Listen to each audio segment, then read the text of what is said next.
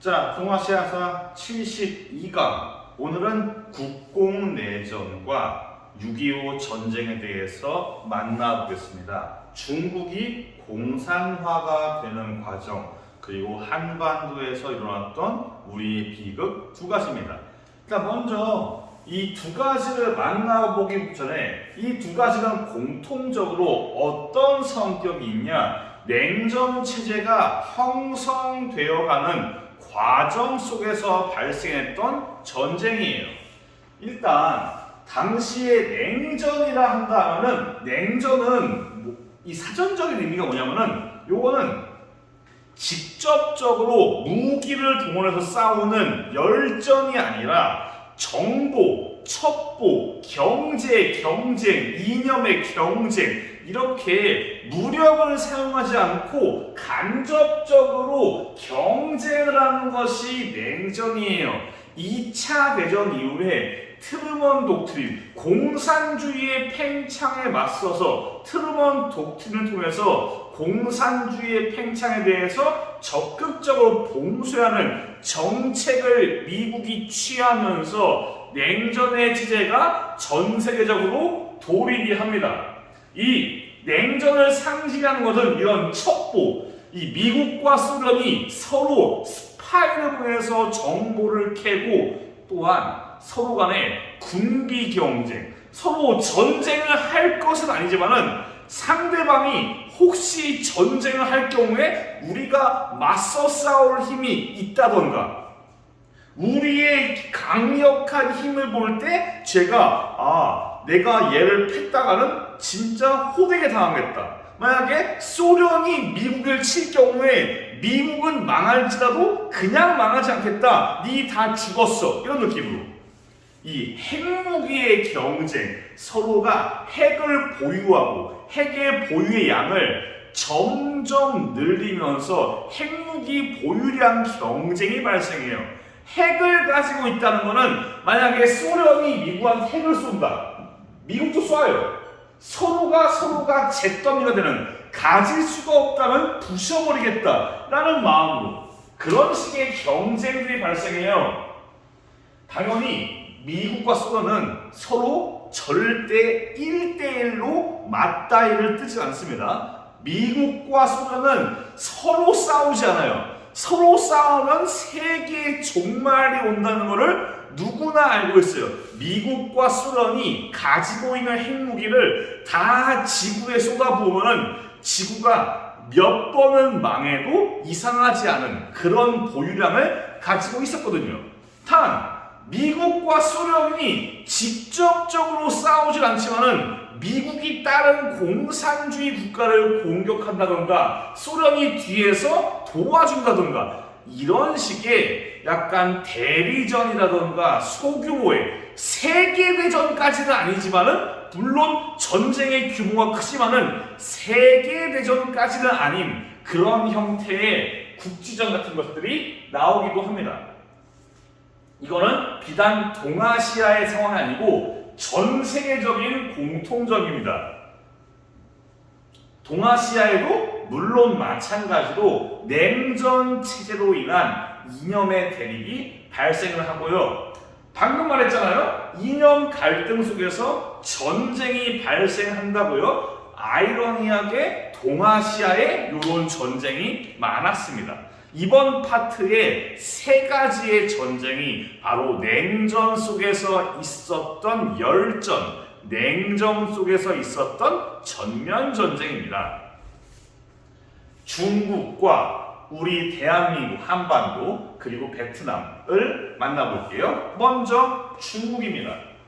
중국은 우리가 내신을 배울 때 당시에 중일전쟁과 태평양전쟁을 분리해서 제가 출제를 했습니다. 실제로 수능과 모의고사에도 중일전쟁과 태평양전쟁은 별도의 전쟁입니다. 다만 둘 다 공통적으로 일본과 싸운다는 공통점이 있고, 태평양 전쟁이 일본의 항복으로 종결되면서 중일 전쟁도 종결이 됩니다. 즉 원래 여기 중국에서 당시에 일본과 이 중국의 국민당 정부 그리고 공산당 이렇게 싸우고 있었는데 2차 국공합작의 영향으로 한데 모여서 싸우고 있는데 일본이 망했습니다. 그럼 남은 거는 뭐냐? 이 중국에 남은 게 국민당과 공산당이에요. 이 둘은 원래 사이가 안 좋았습니다. 지금은 적의 적은 친구라는 마인드, 공동의 적이 있으니까 잠시 손을 잡고 싸웠지만은 기본적으로 국민당과 공산당은 사이가 매우 좋지 않습니다. 이런 상황에서 둘이 남겨졌을 때 이 둘이 싸울 거라는 것은 너무나 뻔히 보이는 현실입니다. 이 둘이 처음부터 싸운 게 아니에요. 야, 우리가 일본 놈들 제꼈는데 더 이상의 전쟁은 막아야 되지 않겠냐? 당시에 국민당과 공산당 사이에 약간 평화라기보다는 우리가 전쟁을 하지 말자는 그런 협상들이 진전이 되고 있었는데 문제는 뭐냐? 여기 만주 지역, 원래 만주 지역에 관동군이 있었어요. 여기 만주 지역을 만주국과 일본이 지배를 하고 있는데 소련이 지난번에 배웠던 얄타 협정, 얄타 회담의 결정 사항으로 소련이 여기를 쳐들어옵니다. 만주 쪽으로 쳐들어오면서 태평양 전쟁에 참전을 해요. 당시에 미국은 여기 관동군이 60만이 넘어요. 설마 60만이 넘는 관동군대가 순식간에 무너지겠냐? 소련이 그래도 어느 정도의 피는 흘리겠지 라고 예상을 했지만은 그것은 아니었습니다. 순식간에 무너져내려요. 그래서 소련이 만주 지역을 장악을 합니다. 그래서 소련이 만주를 지배하는 게 아니라 여기에 있는 60만이 넘었던 일본군의 무장 해제를 하고 이제 여기 있는 자원, 이 소련이 차지했던 만주 지역의 일본의 공장, 일본의 물품, 일본의 군용물품, 무기, 탱크 등등등 이 물자를 누가 가져갈 것이냐에 대한 논쟁에 빠집니다. 국민당은 일본이랑 가장 열심히 싸운 게 우린데 줘야지 라고 얘기를 하지만은 이제 냉전 체제가 점점 들어서는 상황 속에서 소련이 국민당한테 주고 싶지는 않았단 말이죠. 이렇게 이 만주 지역을 둘러싼 여기를 누가 차지하냐에 대한 국민당과 공산당의 대립이 점점 생겨납니다. 소규모의 충돌도 발생하고 계속 혼란과 대립이 이어지니까 미국이 중재를 합니다. 당시에 마셜 플랜으로 유명한 마셜이 가가지고 국민당, 공산당 일로 와봐라. 나 손잡고 니들 싸우지마, 알았지? 너네 절대 싸우지마. 당시에 미국 국무장관이 여기까지 와가지고 국민당 관계자, 공산당 관계자 불러 모아서 너네 싸우면 안 된다 라 말을 했어요. 얘들도 알겠대요.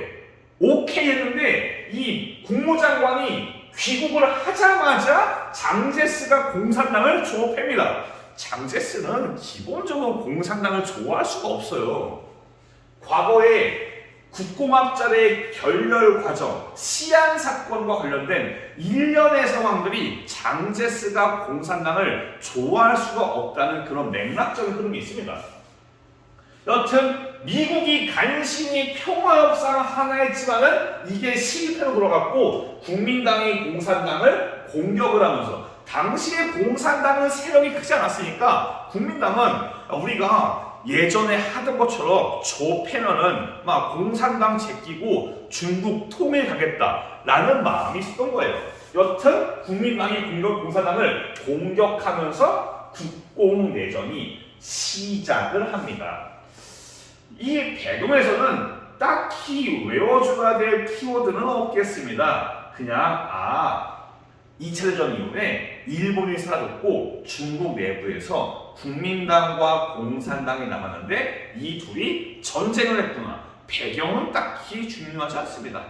자, 초반에 국민당이 압도적이에요. 여기 그래프가 교과서에도 있는 그래프입니다.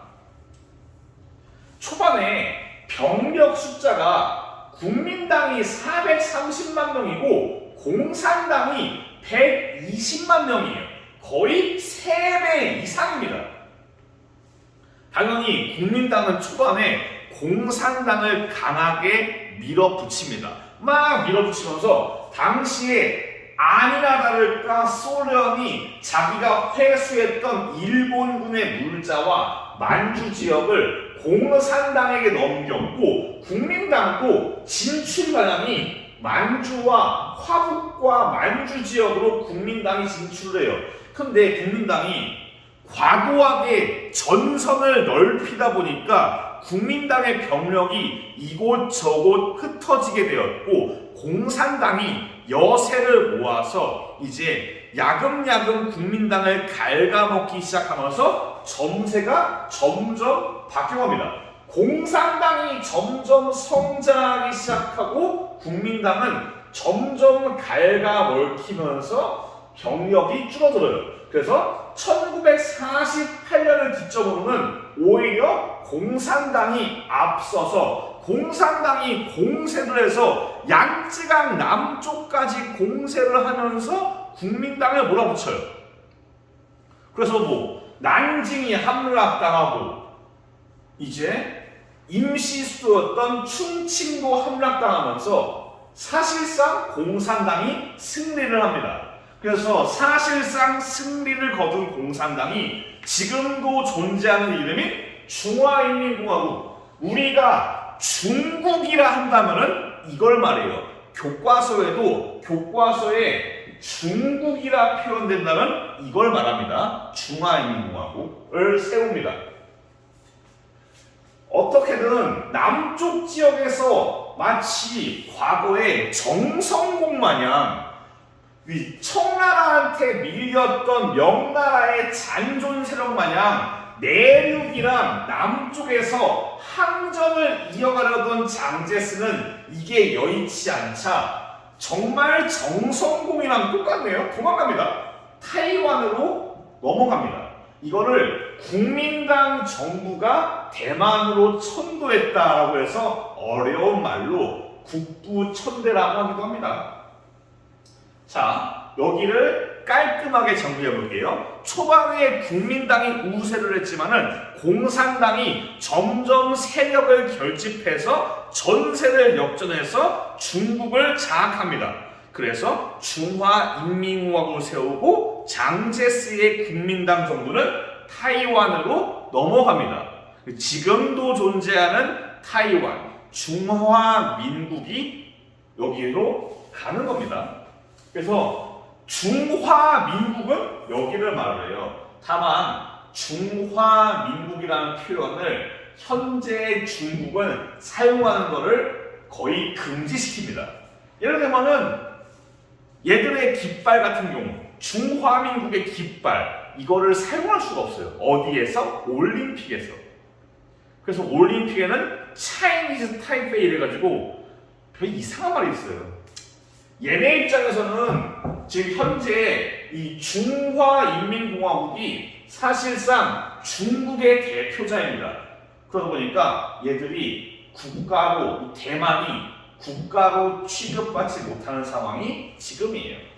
물론 우리는 겉으로는 중화인민공화국의 눈치를 보지만은 이거를 어느 정도 인정합니다. 뭐 중화민국, 타이완과 관련된 부분은 나중에 따로 설명을 드릴 거예요. 그래서 이렇게 국민당의 장제스는 대만으로 쫓겨갑니다. 여기에서 의아한 점이 생깁니다.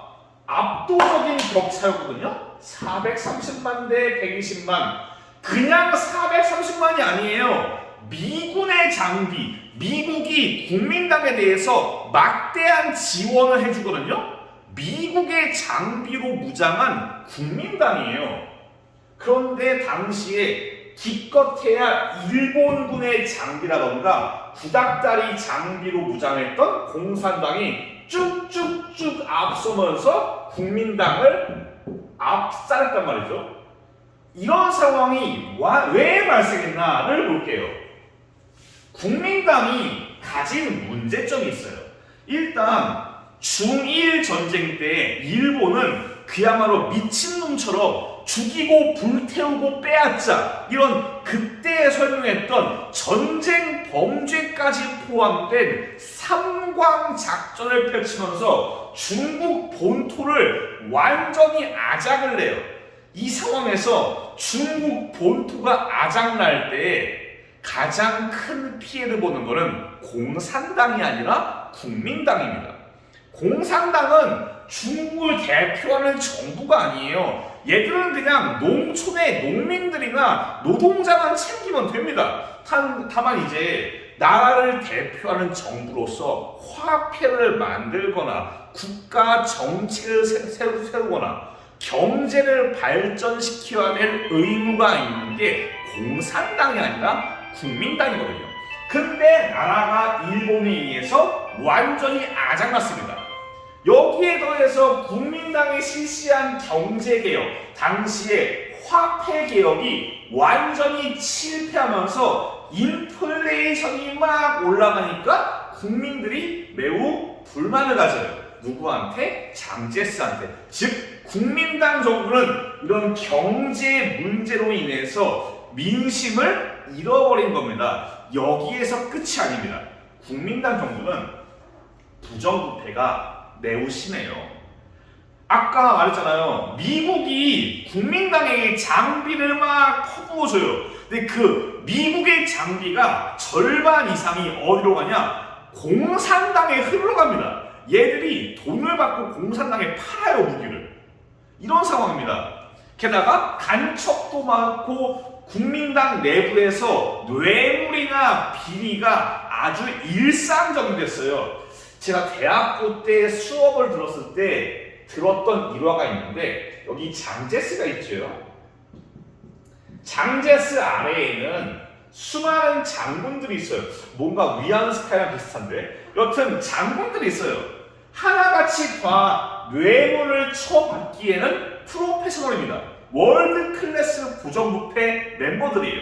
근데 어느 장군 하나가 나는 뇌물을 받지 않습니다 라고 말하면서 청렴결백한 우수한 장군이 있어요.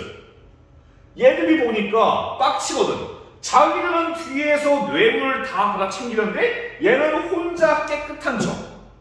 얘들이 빡쳐가지고 장제스한테 저기 장제스님 임마 이거 간첩 같아요.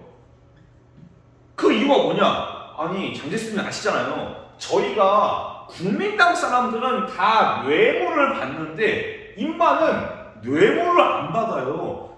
국민당의 멤버라면은 그럴 수가 없거든요. 그래서 이놈이 간첩 같습니다. 즉 뇌물을 안 받는다고 간첩이래요. 근데 실제로 간첩이었습니다. 어이가 없는 거예요. 간첩이 제일 깨끗해. 말도 안 되는 상황이 나오는 겁니다. 그 정도로 국민당은 전체적으로 정치인들, 기업가들, 군인들 가리지 않고 싹 다 썩어버렸습니다. 그러니까 민심을 잃을 수밖에 없고, 이 민심을 누가 주워가냐? 공산당이 주워갑니다. 공산당은 이런 상황에서 뭘 발표하냐? 토지 개혁을 발표합니다. 자, 얘들아, 농사 짓는 사람들은 다 땅이 있어야 된다. 많이 듣던 소리일 수도 있어요. 우리 한국사에서 나오는 경자유전의 원칙, 우리 한국사에서 북한의 토지 개혁과 대한민국의 농지 개혁을 되게 중요하게 배워요. 그 이유가 토지 개혁이 가지는 의미가 컸기 때문이에요. 만약에 대한민국 정부가 6.25 전에 농지개혁을 못했다. 그 경우에 이것처럼 공산당처럼 민심을 얻어서 북한이 우리를 빨갛게 물들이는 그런 상황이 나올 수도 있는 거거든요. 여튼 공산당이 토지개혁을 발표하자 이런 상황에서 실망하고 있던 농민들과 중국의 사람들이 일제히 공산당으로 막 민심이 기웁니다. 그래서 이런 결과가 나온 거예요. 공산당이 점점 세력을 불려나갈 수 있는 원인은, 그 원동력은 바로 토지개혁을 통해서 민심을 얻었기 때문입니다. 그리고 만주 지역에 수십만 명에 있었던 관동군의 물자를 확보하면서 어느 정도 국민당에 대항할 그런 장비를 갖춘 것도 하나의 원동력입니다. 즉 교훈적으로 볼 때, 국민당은 썩어 빠졌고 경제를 잡지 못해서, 지금도 교훈적입니다. 경제를 잡아야지 나라가 성장하고 경제를 잡아야지 민심을 잡거든요. 근데 국민당은 그걸 해내지 못하고 공산당은 민심을 위해서, 요게 잘했든 잘못했든을 떠나가지고 토지 개혁을 통해서 민심을 확보해서 민심을 얻어서 국민당을 타이완으로 밀어버렸던 겁니다.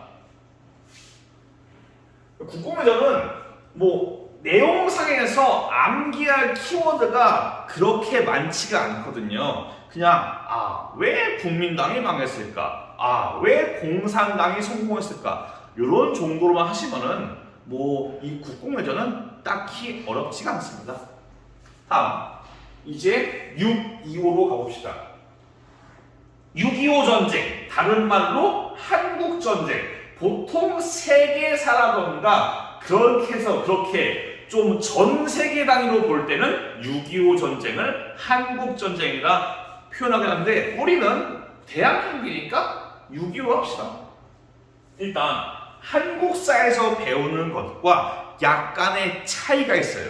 무슨 차이냐? 우리가 동아시아사 교과에서 6.25를 바라보는 관점은 좀 더 위로 올라가는 겁니다. 여기 6.25라는 사건이 있어요. 한국사에서 6.25를 보는 시점은 이쪽이에요. 뭔가 아래쪽에서 봅니다. 근데 동아시아사는 좀 더 위에서 봐요. 6.25 전쟁의 자세한 내용들은 안 배웁니다. 교과서에는 심지어 인천 상륙작전도 텍스트로는 언급이 안 돼요. 다만 당시에 6.25를 둘러싼 배경과 결과, 영향 등에서 좀 더 동아시아사, 중국 같은 국가들, 이런 국가들의 상황을 좀 더 알아보는 겁니다. 한국사에서는 중국이 전후에 어떻게 됐나, 일본이 전후에 어떻게 되었나, 이런 거는 배우지 않습니다. 우리는 그런 것도 함께 배웁니다. 자, 일단 6.25 전쟁의 배경을 볼게요. 일단 한국사 교과서에 언급이 되어 있지 않는 것은 바로 첫 번째입니다. 소련이 스파이를 통해서 미국의 핵 무장, 핵 개발 능력을 슬쩍슬쩍 가져와서 당시에 핵 개발에 성공을 합니다. 이전까지는 핵을 가진 국가는 미국밖에 없었는데, 그러다 보니까 미국이 뭔가 강경하게 나가도, 우리가 미국이랑 싸우다가는 핵 맞고 뒤집었다, 안 되겠다. 미국한테는 쫄 수밖에 없는데 문제는 핵이 생겼어요. 미국아, 우리도 핵 있다, 꼬면 쏘든가.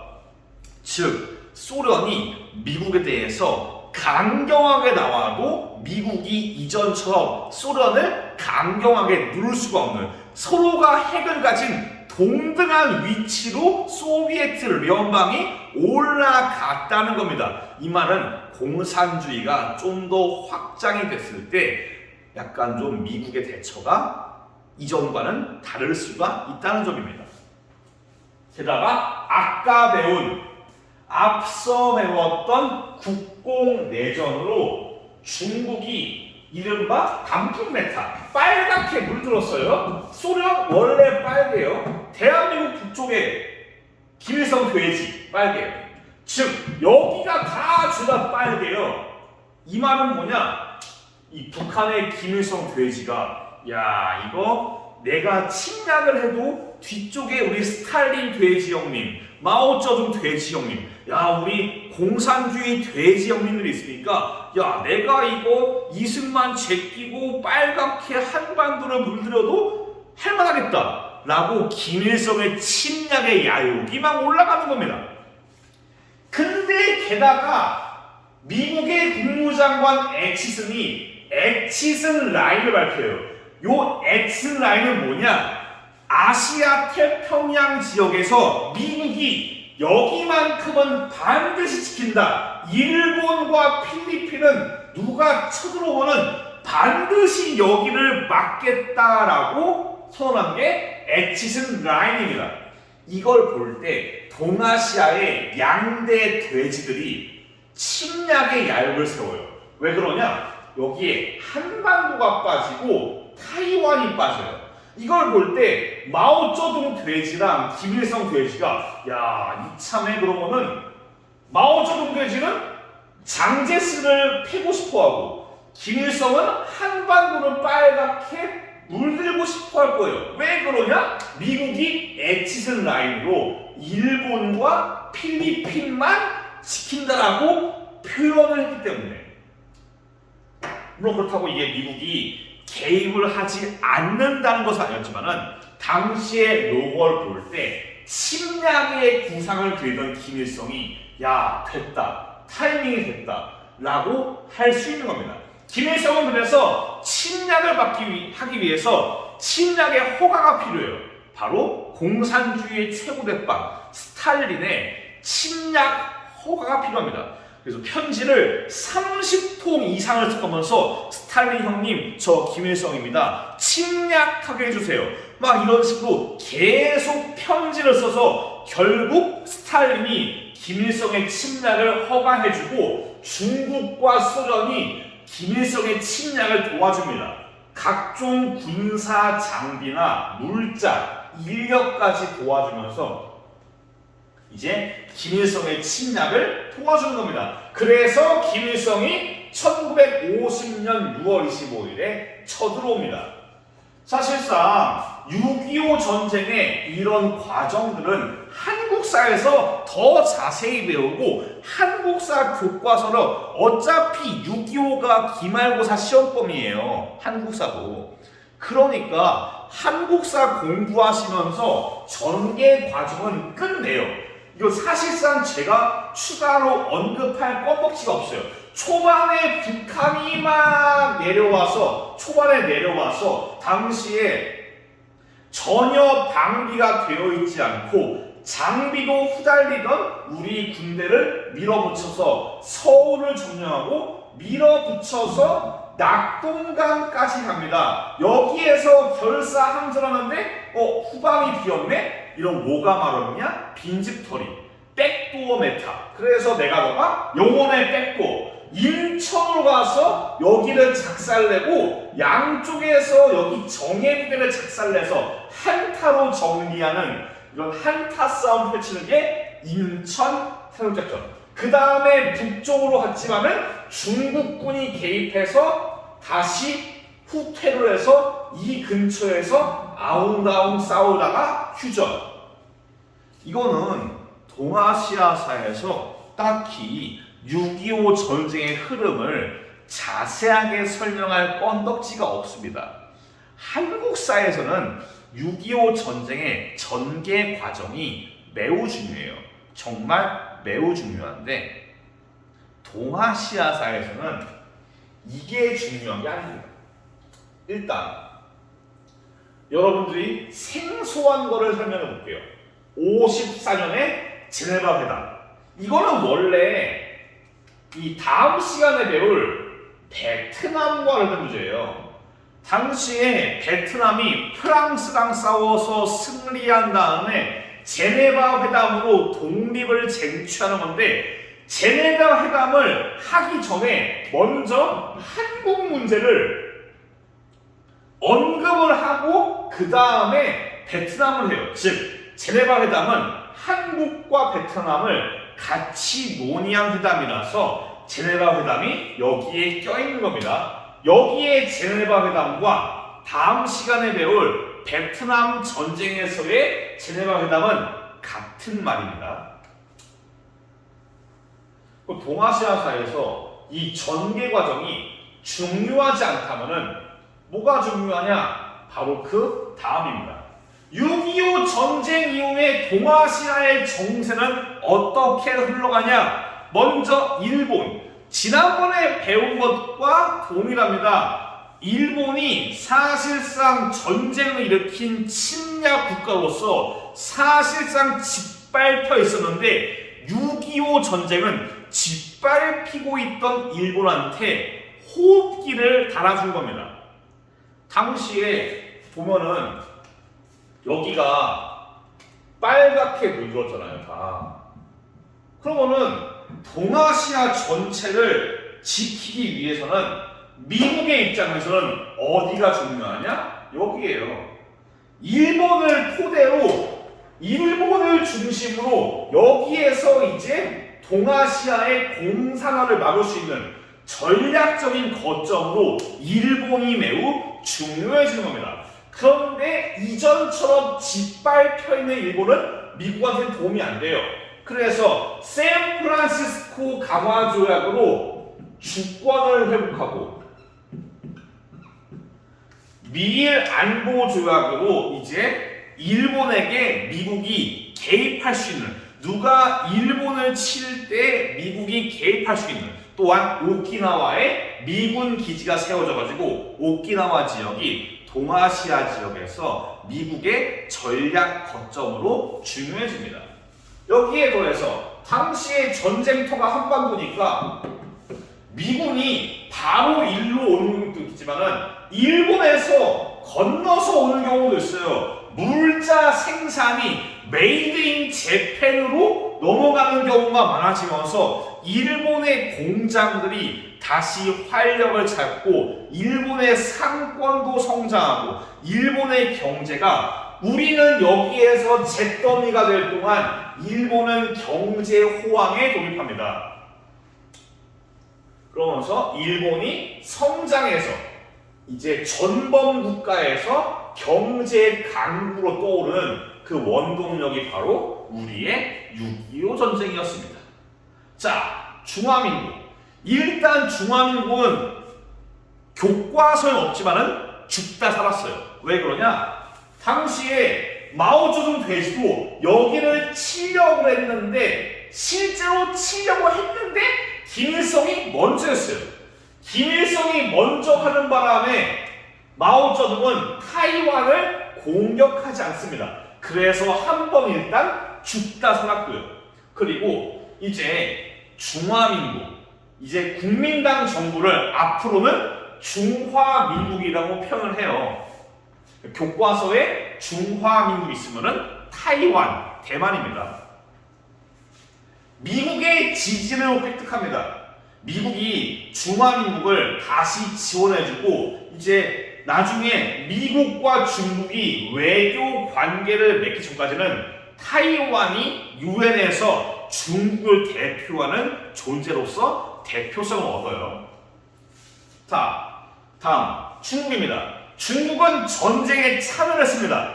참여의 대가로 미국이 경제 봉쇄를 합니다. 그러면서 중국의 경제가 살짝 어려워지고 이제 소련에 대한 그런 경제 의존도가 약간 올라갑니다. 또한 전쟁을 빌미로 내부의 결속을 다집니다. 내부에서 반동분자, 이 마오쩌둥의 공산당에 저항하는 사람들을 이 전쟁을 빌미로 다 밀어버리고서 공산당의 체제를 확고하게 다질 수 있는 그런 계기를 마련합니다. 그리고 전체 공산주의 진영에서 중국의 입김, 위상이 올라갑니다. 어찌되었든 중국의 입장에서, 공산주의 진영의 입장에서는 미국을 막은 겁니다. 그러니까 중국이 소련한테 야, 소련아, 우리가 미국이랑 싸워서 지켜냈다 이런 식으로 걔네 입장에서 그렇게 말을 하면서 공산주의 진영에서 미국과 싸워서 그 한반도에서 전쟁에서 밀리지 않고 정전협정을 체결 했던 그 당사자로서 중국이 공산주의 세력에서 입김이 올라가고 어깨에 힘이 바싹 들어갑니다. 그러면서 나중에 소련과 중국이 갈등이 되는 겁니다. 중국이 떠오르면서 중국이 떠오르고 원래 소련이 있고 이 둘 간에 공산주의 지역 내에서 중국과 소련의 주도권 싸움이 발생할 수도 있는 겁니다. 여기가 중요해요. 동아시아사 과목에서는 여기가 중요합니다. 일본은 전쟁으로 어떤 거를 얻었고 중국은 전쟁 이후에 어떤 상황에 직면을 했는가 입니다. 그래서 요거를 그나마 6.25 전쟁에서는 배경과 결과를 잘 아시면 될 것 같아요. 한국사는 과정이 중요해요. 동아시아사는 영향이 중요합니다. 6.25 전쟁을 제가 몰라서 날림으로 한 거 아니에요. 저도 1학년에서 한국사를 가르칩니다. 다만 동아시아사에서 중요한 거는 따로 있기 때문에 만약에 좀 더 보충을 하고 싶다 그러시면 한국사에서 배우신 거를 참고하시면 좋습니다. 오늘 수업은 여기까지고요. 다음 시간은 우리가 상대적으로 생소한 전쟁 베트남 전쟁에 대해서 만나볼게요. 세계사적으로는 한국 전쟁 6.25보다는 베트남 전쟁이 메이저한 전쟁입니다. 다만 현실적으로는 우리 한국과 대한민국과 동아시아의 상황에서는 아무래도 6.25도 큰 전쟁입니다. 여튼간에 다음 시간은 베트남 전쟁 만나볼게요. 고생 많았습니다. 다음 시간에 뵐게요. 감사합니다.